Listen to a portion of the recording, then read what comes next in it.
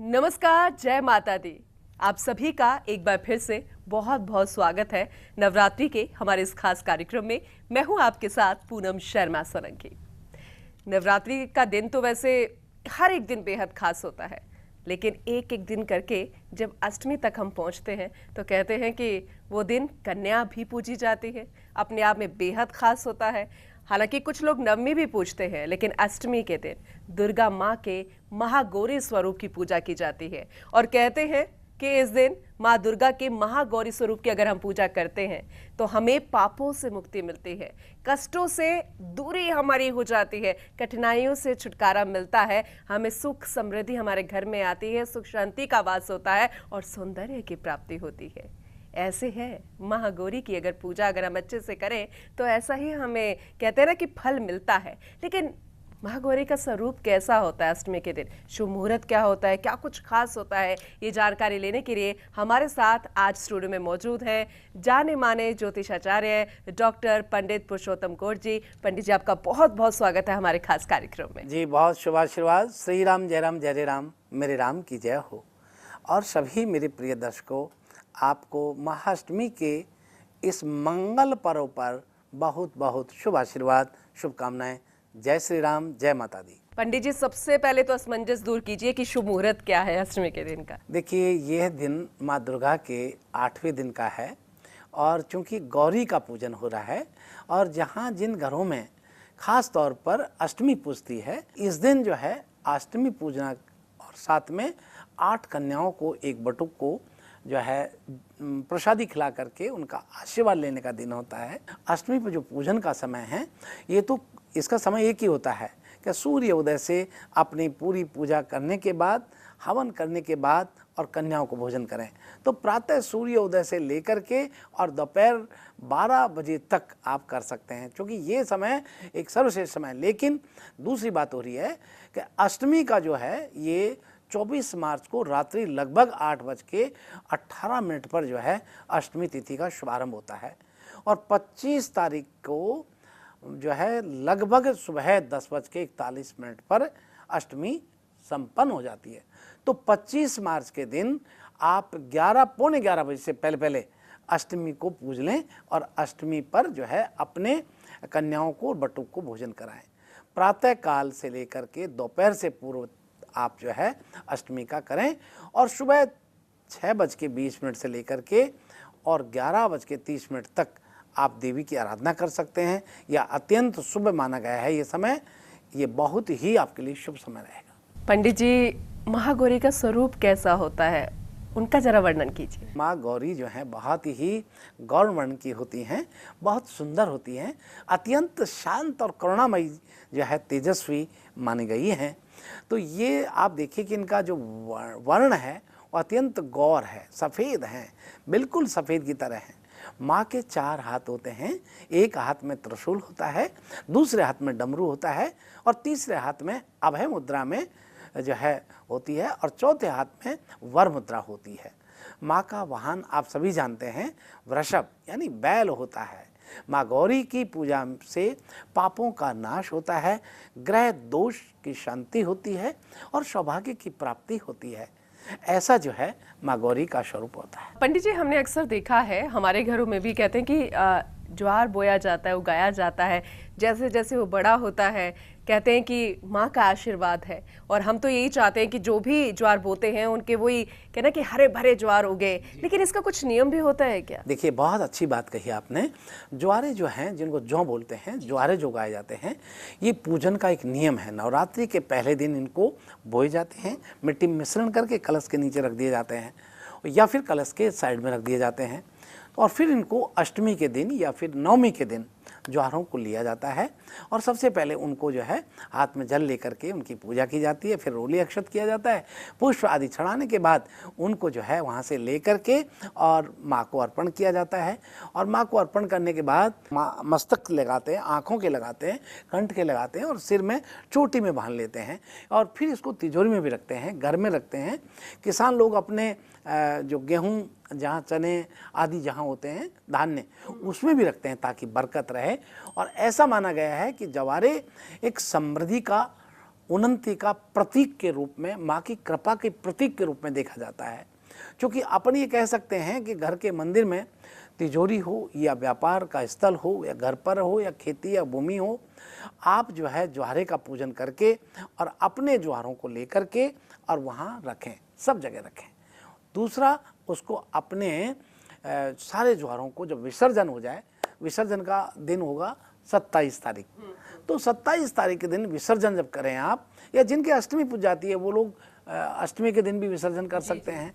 तो अष्टमी के दिन जब ये विसर्जन करें तो फिर आपको ये किसी भी पीपल के पेड़ में या गंगा जी के तीर्थ के किनारे या कहीं ऐसी जगह विसर्जन करना चाहिए। पंडित जी, कुछ लोग कहते हैं कि वैसे तो आजकल जैसे आपने कहा उठता बैठता व्रत भी रखते हैं, 9 दिन भी व्रत करते हैं, लेकिन हवन भी करते हैं। हमने अक्सर देखा है जो खासकर लोग व्रत करते हैं, इसका क्या महत्व होता है? शास्त्र कहता है कि यज्ञ ही एक श्रेष्ठ कर्म है, यज्ञ ही एक ऐसा माध्यम है जो भगवान की कृपा प्राप्त कर सकते हैं। यज्ञ के द्वारा, यज्ञ में दी हुई आहुति भगवान को प्राप्त होती है और यज्ञ जरूर करना चाहिए। यदि आपने 9 दिनों के लिए रामायण का पाठ किया है, जिसको नवपारायण कहते हैं, तो फिर भी आपको यज्ञ करना होगा। दुर्गा सप्तशती के पाठ किए हैं तो दशांश हवन करना चाहिए। हवन को अत्यंत ही शुभ माना गया है। हवन में मुख्य सामग्री जो है वो विशेष तौर पर आपको लेनी होंगी। घी लीजिए, लौंग ले लीजिए, इलायची ले लीजिए। हवन सामग्री, हवन से घर की नकारात्मकता दूर होती है और सकारात्मक शक्ति का प्रवेश हो जाता है। और आप देखिए, हवन जो है, अग्नि सदैव ऊपर को जाती है और जल सदैव नीचे की ओर आता है। तो अग्नि जो है आपको ऊपर की तरफ लो जाती है, वो यानी भगवान को प्राप्त होती है, और जल सदैव नीचे आता है। तो ये गर्म और ठंडे की तासीर है। तो अग्नि में सब चीज़ स्वाहा हो जाती हैं। विशेष तौर पर आपके पास यदि मान लीजिए वाल्मीकि सुंदरकांड का आपने पाठ किया है, तो वाल्मीकि सुंदरकांड का आप इस दोहा जो हैं उनके साथ भी हवन कर सकते हैं। यदि सामान्य आपने तुलसीदास कृत सुंदरकांड का पाठ किया है तो उनके दोहों के साथ भी हवन कर सकते हैं। और संपुट आप लगाएं, दीन दयाल विरद संभारी, हरऊ नाथ मम संकट भारी, कवन सुकाज कठिन जग माही, जो नहीं होए तात तुम पाही, दीन दयाल विरद संभारी, हरऊ नाथ मम संकट भारी। एक और बात कहना चाहूँगा कि आपदाम अपहर्तारम दातारम सर्व संपदाम लोकाभिरामम श्री रामम भूयो भूयो नमाम्यहम। माँ भगवती का और भगवान श्री राम का ये समावेश है। देखिए, जो ये शक्ति का और भक्ति का ये समय है, इसमें शक्ति भी है और भक्ति भी है। इस समय आपको हनुमान जी के उपासक हनुमान जी की पूजा करते हैं, राम के उपासक राम की पूजा करते हैं, दुर्गा के उपासक दुर्गा सप्तशती के पाठ करते हैं, भैरव के उपासक भैरव अष्टकम करते हैं, भैरव स्तोत्र करते हैं, और अनेक प्रकार से सिद्धि साधना करने वाले लोग तंत्र प्रक्रियाएं करते हैं। और उनके लिए अपने आप को भूखा रख करके किसी भी प्रकार से एक पैर पे खड़े होकर के पूरे 9 दिन तक तपस्या करते हैं, जप करते हैं। और आप देखिए कि यहाँ तक वो 24 घंटे एक पैर पे रहना प्रयास करते हैं। ऐसे में इसको साधना कहते हैं, कठोर साधना। और वो साधना सिद्ध करके और फिर आप हवन करते हैं तो फिर आपको प्रमाणित जो है सिद्धि प्राप्त हो जाती है। लेकिन गृहस्थ जीवन में तो अगर हम व्रत भी कर रहे हैं, पूजा कर रहे हैं, तो यही तप है, यही साधना है। यही साधना है, बिल्कुल। और पंडित जी, क्योंकि हमने व्रत कर लिया, अष्टमी आ गई, कन्या पूजन भी कर लिया, लेकिन मन में रहता है कि हम माँ को ऐसा क्या चढ़ाए, महागौरी को क्या प्रिय है, खासकर महाअष्टमी इसे कहा जाता है, तो माता रानी को क्या प्रिय है, क्या पुष्प चढ़ाएं, क्या भोग चढ़ाएं? महाभगवती का जो प्रिय पुष्प और भगवान के भोग लगाने की बात करें तो सबसे माता को प्रिय जो है भोग में नारियल और हलवा और खीर और मिश्री पुड़ी और जो है चने के वो जो बनाते हैं चना, जो है चना और हलवा बहुत प्रिय है, खीर बहुत प्रिय है। और फूल की बात करें तो कमल का फूल, चमेली का फूल, मोगरा का फूल, सफ़ेद गुलाब या फिर लाल गुलाब, ये प्रिय रंग है। सफ़ेद रंग भी माँ को बहुत प्रिय है। माँ गौरी जो हैं, इनका विशेष तौर पर इन सबके साथ में एक मंत्र बहुत ज़रूरी है, और वह मंत्र होगा ओम देवी महागौरी गौर्यै नमः, ओम देवी महागौरियै नमः, ओम देवी महागौरियै नमः। या कह सकते हैं या देवी सर्वभूतेषु शक्ति रूपेण संस्थिता नमस्तस्यै नमस्तस्यै नमस्तस्यै नमो नमः। इस मंत्र को 108 बार आप जो है जप करें, अत्यंत शुभ माना जाता है। और ये भी आप मान के चलें कि माँ भगवती को उनके प्रिय चीज़ आप चढ़ा रहे हैं, प्रिय फूल चढ़ा रहे हैं, प्रिय मंत्र का जप कर रहे हैं, तो फिर आपकी भक्ति निश्चित रूप से सफल होगी, ऐसा मेरा मानना है। क्योंकि भगवान तो भाव के ही तो भूखे हैं। भावे ही देवा वित्ते तस्माद भावे ही कारणम। भाव ही एक कारण बनता है जिसमें माँ की कृपा आपको प्राप्त हो जाती है, भगवान की कृपा आपको प्राप्त हो जाती है। पंडित जी, एक मेरा ही सवाल है, क्योंकि बहुत सारे लोग जैसे अष्टमी करते हैं लेकिन व्रत भी करते हैं, तो उन्हें इस असमंजस की स्थिति होती है कि अष्टमी पूजने के बाद क्या नवमी का व्रत करें या नहीं करें। देखिए, ये आपने बहुत ही एक सार्वजनिक प्रसंग रखा है। इसमें कोई कन्फ्यूजन नहीं है, किसी भी प्रकार का कोई असमंजस नहीं होना चाहिए। जिनके यहाँ अष्टमी पूजती है वो अष्टमी तक व्रत रखें। अष्टमी का मतलब अष्टमी तक, नौमी के दिन आप भोजन कर सकते हैं, नॉर्मल हो सकते हैं। लेकिन जिनके यहाँ नौमी पूजती है वो अष्टमी पूजना चाहते हैं और नौमी पूजना चाहते हैं, तो फिर नौमी तक का व्रत करना पड़ेगा।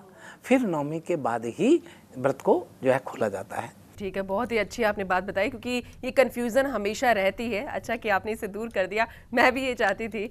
पंडित जी कहते हैं कि 9 दिन बहुत खास होते हैं। कहते हैं माता रानी जिस घर में विराज जाती है तो बड़ी, कहते हैं ना, सुख समृद्धि, सुख शांति आ जाती है, क्योंकि हम पूजते हैं माता रानी को अलग अलग स्वरूपों में।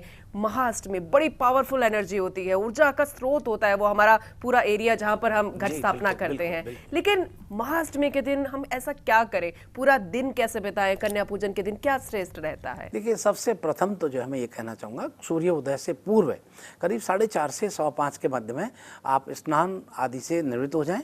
फिर माँ दुर्गा की पूजा के लिए आप तैयार हो जाएं और अपनी थाली को सजाएं। और थाली को सजा करके उसमें पुष्प रखें, रोली मोली सुपारी गुड़ पतासे चावल इत्यादि और लवंग और इलायची आदि रख करके, और इसमें जो है फल भी रख लें। और फल आदि रखने के बाद में आप माँ का पूजा करें और माँ का जो है श्रृंगार, मालाएं चेंज कर दें और चुनरी आदि सब देख लें। और उसके बाद फिर अपना पूजन करने के बाद माँ दुर्गा सप्तशती का पाठ करें। दुर्गा सप्तशती के पाठ करने के बाद कन्या को बुलाकर उनका पूजन करें, फिर हवन करें, फिर गरीब और जरूरतमंद लोगों को दान करें। महाअष्टमी के दिन आपको ये तो जरूर करना चाहिए, तभी कृपा प्राप्त होती है। लेकिन क्या नहीं करें, एक बड़ी बात है, क्या नहीं करें। क्योंकि कई लोग करने को तो अच्छा सब कर रहे हैं, पर क्या नहीं करें वो कर जाते हैं तो सब बराबर हो जाता है। इसलिए मैं कहूँगा कि इस दिन क्रोध बिल्कुल नहीं करें। आपको क्रोध तो नहीं करना है, विवाद से बचना चाहिए, मांसाहारी लोगों को सेवन नहीं करना चाहिए, नशे से दूर रहना चाहिए, किसी का बुरा करने का विचार भी मन में नहीं होना चाहिए।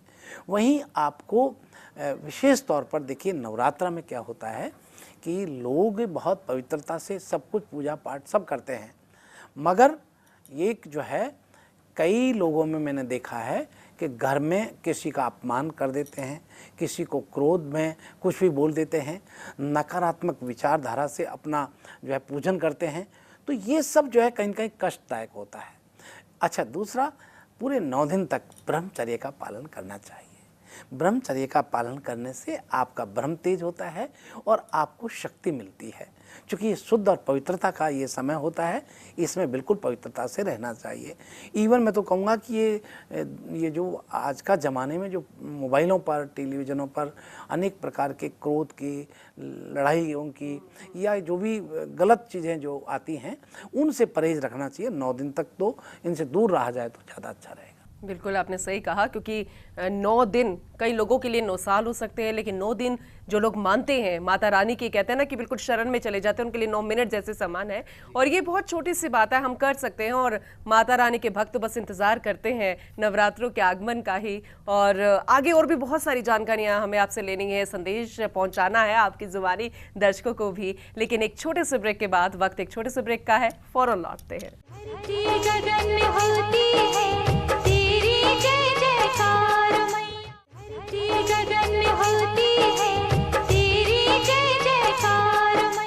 ब्रेक के बाद आप सभी का एक बार फिर से स्वागत है। जय माता दी। आप देख रहे हैं नवरात्रि पर हमारा विशेष कार्यक्रम और हमारे साथ है जाने माने ज्योतिष आचार्य डॉक्टर पंडित पुरुषोत्तम गौड़ जी। पंडित जी, आपका एक बार फिर से बहुत बहुत स्वागत है। सभी मेरे दर्शकों के लिए बहुत मंगल शुभ आशीर्वाद। और देवी और सज्जनों, ये दिन निश्चित रूप से बहुत ही आशीर्वाद प्राप्त करने का दिन है और इस दिन का बड़ा महत्व है, तो मैं पुनः बहुत मंगल कामना करता हूँ। पंडित जी, महागौरी का दिन और महाअष्टमी इसे कहा जाता है, दुर्गा के 9 स्वरूपों की पूजा। लेकिन अष्टमी का दिन कहते हैं ना कि बहुत प्रभावशाली दिन होता है। कन्या पूजन इस दिन ज्यादातर लोग करते भी हैं, तो कन्या पूजन को लेकर जरा थोड़ा बताइए, क्या कुछ खास मुहूर्त होता है, कोई विधि विधान होता है? कन्या पूजन का जो महत्व है वो महाअष्टमी और नवमी के दिन ही विशेष माना जाता है और विशेष महत्व होता है।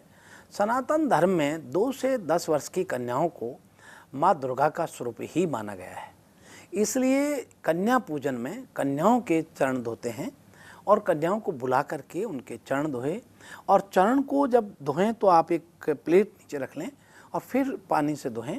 फिर उन्हें वहाँ से पानी, सभी का चरण धोने के बाद, और फिर उनको एक अच्छे स्थान पर बैठाएं जहाँ आसन लगा हुआ हो। और फिर उसके बाद उनको तिलक करें, उनको चुनरी उड़ाएं। फिर आपको जो भगवान को प्रसाद आपने पकवान बनाया है वो थाली में परोस करके हलवा, पूड़ी, चने का भोग और इत्यादि, खीर इत्यादि जो भी चीज़ आपने बनाई है वो सब चीज़ उनको परोसी जाएं। और फिर कन्याओं को भोजन कराने के बाद उन्हें जो है भेंट की जाए।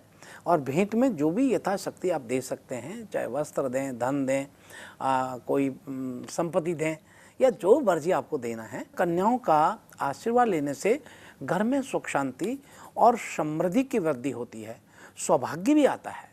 ऐसा भी कहा जाता है कि जो आपके घर में अनेक प्रकार से कष्टों में, परेशानियों में, केस मुकदमों में, स्वास्थ्य में, अन्य जगह जो आपका पैसा नष्ट होता है उन सब से रक्षा हो जाती है और वो पैसा बर्बाद नहीं होता।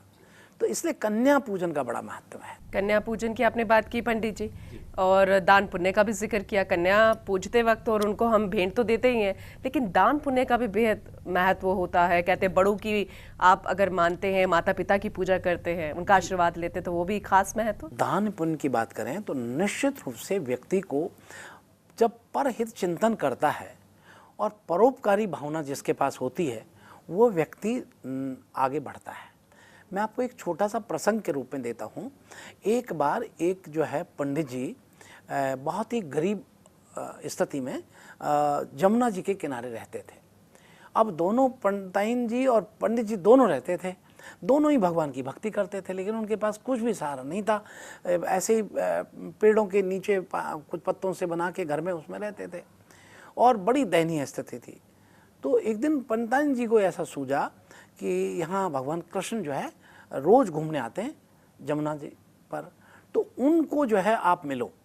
तो क्योंकि वो तो राजा हैं, वो सबकी सुनते हैं और मन को जानने वाले हैं। तो पंडित जी ने कहा हाँ बिल्कुल, ये तो अच्छी बात है।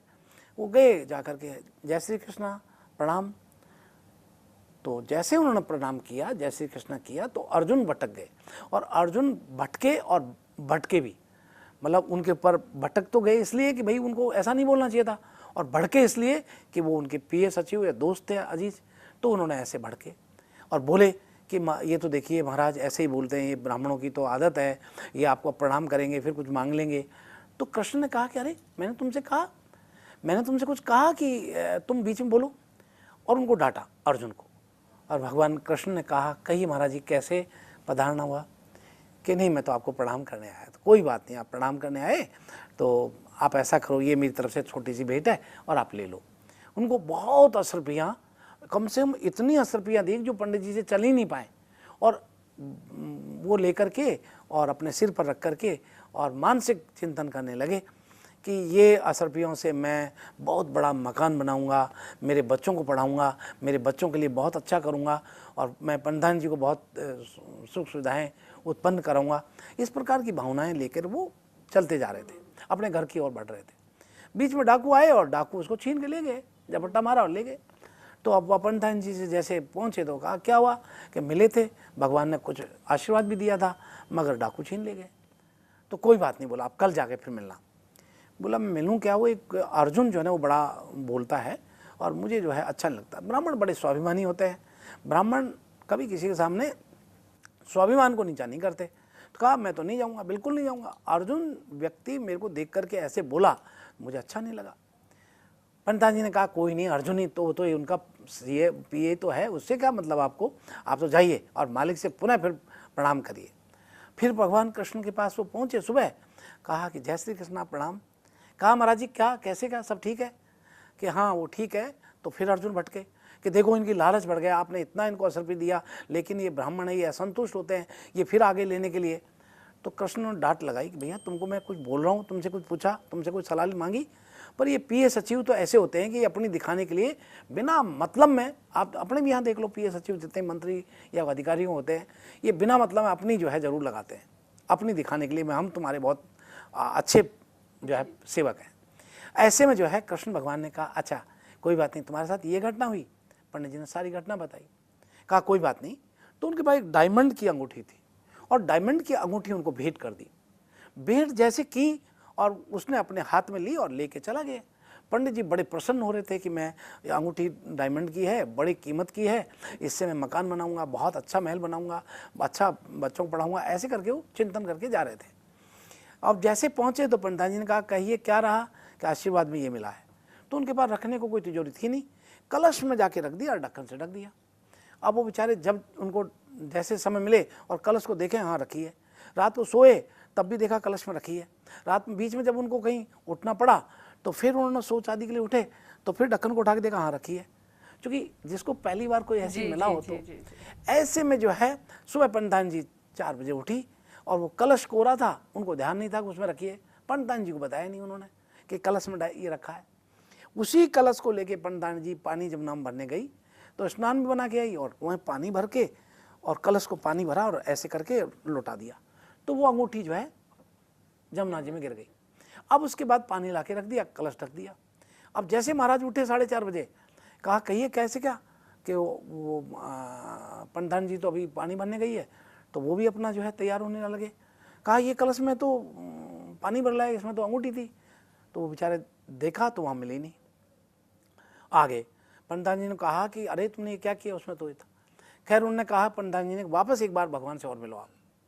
वो दोबारा कहा कि मैं देखो नहीं जाऊँगा क्योंकि वो बहुत मेरी अपमान करता है। अर्जुन ने फिर बोला देखो वो आ गए पंडित जी, अब फिर मांगेंगे, फिर करेंगे। कृष्ण ने फिर डांट लगाई उसको। अच्छा ये पीए सचियों को डांट खूब मिलती है, पर भी ये अपना दिखाने के लिए बोलते बहुत हैं। तो फिर वहाँ जाकर के कृष्ण भगवान ने उनको देखा और उनका सुना ब्राह्मण की सारी बात। तो भगवान ने 2 टका दिया, 2 टका। तो 2 टका जब वो लेके जा रहे थे पंडित जी पंडितान जी के पास में, तो रास्ते में उनके मन में आया कि यार मैं 2 टका से क्या होगा, कुछ भी नहीं होगा, इससे क्या होना। सामने वो जमुना जी पर जो है वो मछलियों को पकड़ के और लोग ले जा रहे थे। तो उसका ध्यान पंडित जी का पड़ा किस पर, मछली पर, कि लोग पकड़ रहे हैं। तो उनके पास पहुँचे वो, कहा क्या करोगे, मारोगे क्या? हाँ मारेंगे। बोला नहीं मारो, तुम इसको छोड़ दो तो क्या लोगे? बोला जो महाराज आप दे दें हम ले लेंगे। तो बोला मेरे हाथ से छोड़, मैं वो एक मछली को पकड़ रखा था, बोला मेरे हाथ से मैं छोड़ूंगा, तुम यहाँ से चले जाओगे। बोला हाँ कोई बात नहीं। तो मछली को उन्होंने पकड़ा। अब पंडित जी को पकड़ना आता नहीं था, पंडित जी ने जोर से उसको पेट को दबा दिया। पेट को दबाया तो जो डायमंड की अंगूठी थी वही मछली ने निकली थी, और वो जैसे पेट को दबाया तो वो अंगूठी बाहर आ गई। तो जोर से चिल्लाने लगा, मिल गया, मैंने देख लिया, वही है वही है। तो जो डाकू थे वो भी वहाँ छिपे हुए थे, उनको लगा कि पंडित जी ने देख लिया।